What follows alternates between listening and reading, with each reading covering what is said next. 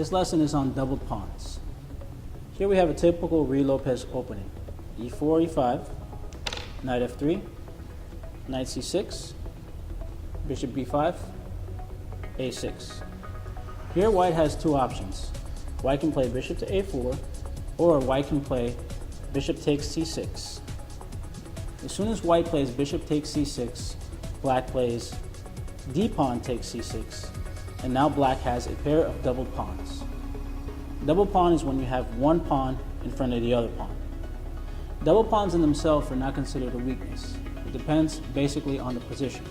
Let's say, for example, the b pawn was not here.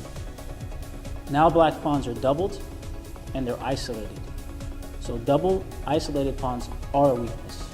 They cannot defend themselves in any way, and when you reach an endgame, white will find a way to attack them, and eventually they will be lost.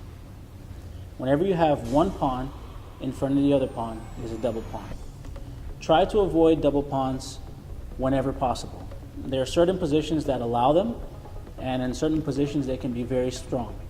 But in general, try to keep your pawn chain intact. As soon as you double your pawns, the pawn behind the double pawn cannot move. So two pawns actually count as one pawn. So in general, double pawns are considered a weakness, but in some positions they can be considered a strength.